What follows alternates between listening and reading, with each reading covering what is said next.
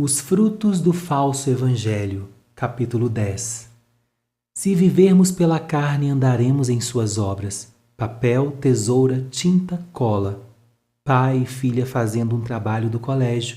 O desafio é fazer uma árvore de 1,5 metro de altura, que seja o mais real e natural possível. Por sorte da filha, o seu pai é um talentoso artista plástico. E trabalhar junto da filha parece ter inspirado a arte do pai. A menina ficou de boca aberta ao contemplar o trabalho final. O caule tem pequenas rachaduras que lembram com precisão uma árvore verdadeira. Os ramos são de tamanhos irregulares e contorcidos. As folhas são viçosas. Até o cheiro lembra uma árvore real, pois o pai borrifou um aroma da natureza sobre ela. No entanto, apesar do falso parecer perfeito, ninguém acha que aquela árvore poderia produzir algum fruto verdadeiro. Assim como não se espera fruto verdadeiro de uma árvore falsa, não se espera que o fruto do Espírito brote de um evangelho falsificado. Antes de abordar sobre o fruto do Espírito no capítulo 5 do livro de Gálatas, o apóstolo Paulo chama a atenção de mudança dos Gálatas para outro evangelho. Esse outro evangelho que os Gálatas estavam seguindo no lugar do verdadeiro evangelho apregoava a vida com base na lei e não na graça de Jesus Cristo. Embora tenha alguma aparência de piedade, esse falso evangelho apela para uma salvação que se baseia na performance do homem, uma salvação com base nas obras da lei. Ou seja, esse falso ensino exige esforço humano para receber o que vem do alto. Paulo corrige os Gálatas dizendo: "Quero apenas saber isso de vós. Recebeste o Espírito pelas obras da lei ou pela pregação da fé? Sois assim insensatos que, tendo começado no Espírito, estejai agora vos aperfeiçoando na carne?" Gálatas capítulo 3, verso 2 e 3. Ele nos mostra que a presença da fé cristã nos faz receber o Espírito não pela prática das obras da lei. O apóstolo associa a lei à carne e a graça ao Espírito, ao dizer que eles começaram com a mensagem da graça por ele ensinada, mas estão terminando na lei, ou seja, na carne. Para reforçar a ideia, Paulo usa uma alegoria que se envolve a escrava Agar e Sara, esposa de Abraão.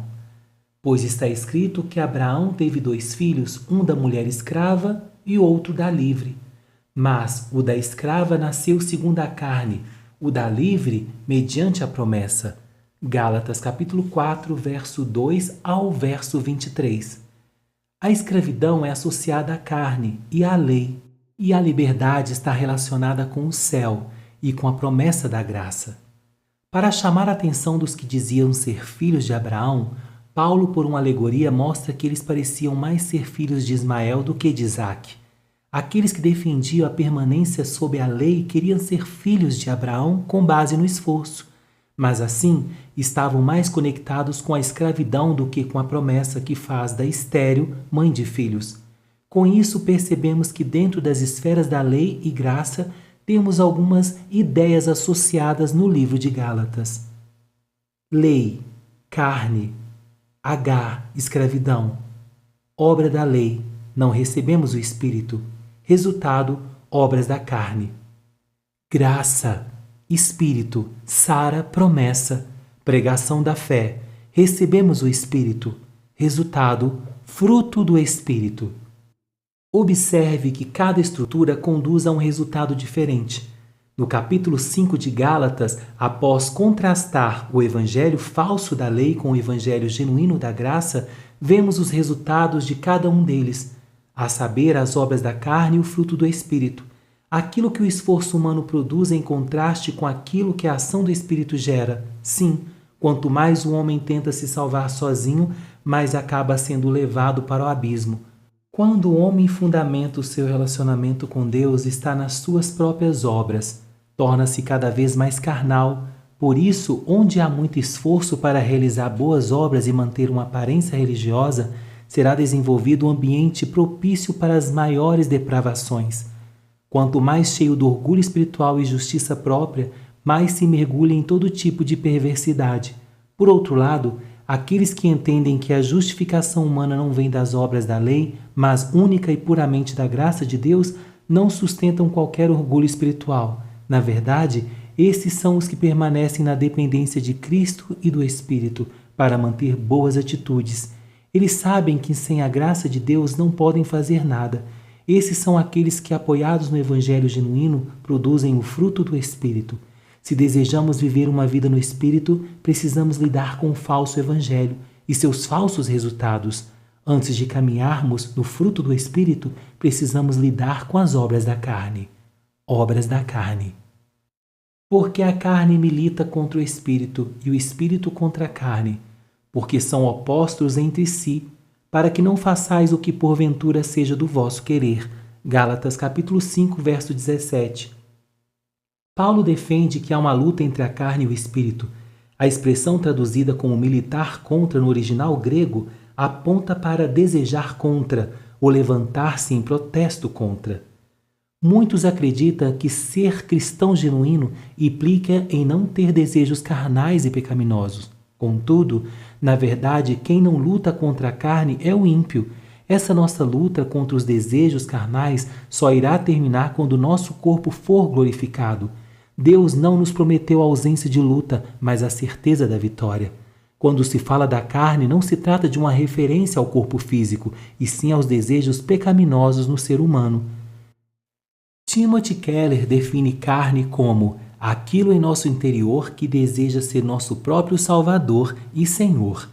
Essa definição nos mostra que o ser humano, pelos prazeres e ideias dissociadas de Deus, tenta se salvar do vazio existencial e dar algum sentido à sua existência. As obras da carne falam do trabalho exercido para que isso aconteça. Observando de perto, percebemos que as obras da carne são aberrações dos instintos naturais do ser humano.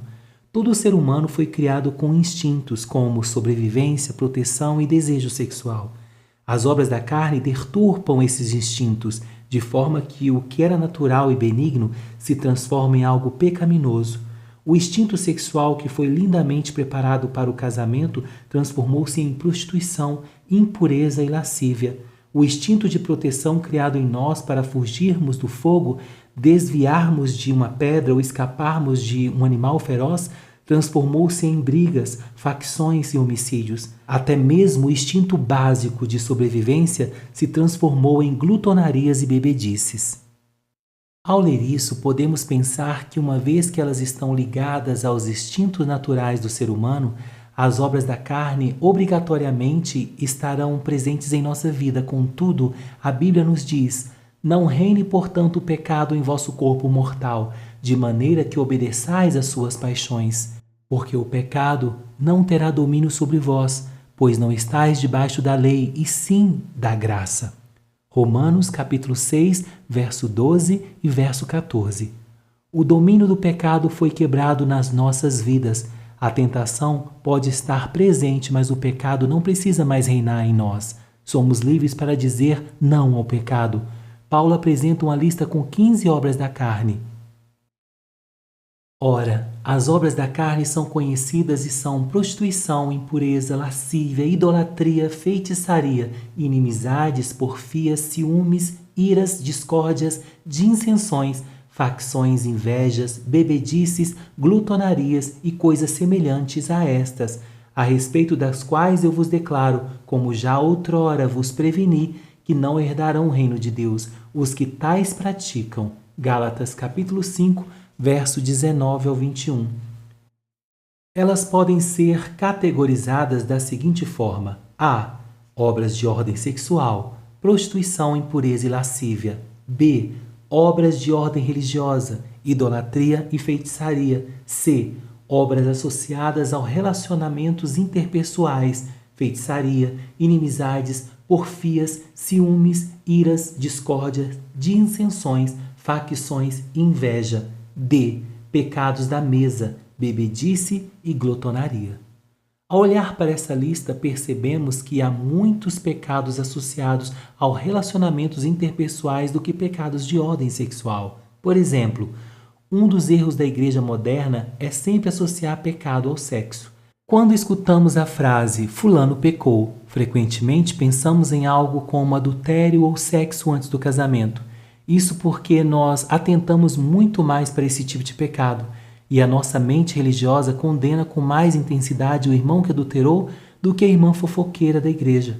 Falar mal uns dos outros gera discórdias e pelejas. Aos olhos de Deus, isso é tão carnal quanto a impureza sexual. Estamos preocupados em não fornicar, trair ou pensar em coisas impuras, mas não podemos esquecer que existem mais pecado na lista que Paulo descreveu. Se abrirmos nossa vida para um abismo, certamente ele chamará outro. Outra peculiaridade nessa lista é a presença da feitiçaria nos pecados associados à ordem religiosa, mas também nos que envolvem os relacionamentos interpessoais. Isso porque um dos significados da feitiçaria é tentar manipular a vontade alheia, usando de artifício. A manipulação é usada para influenciar pessoas.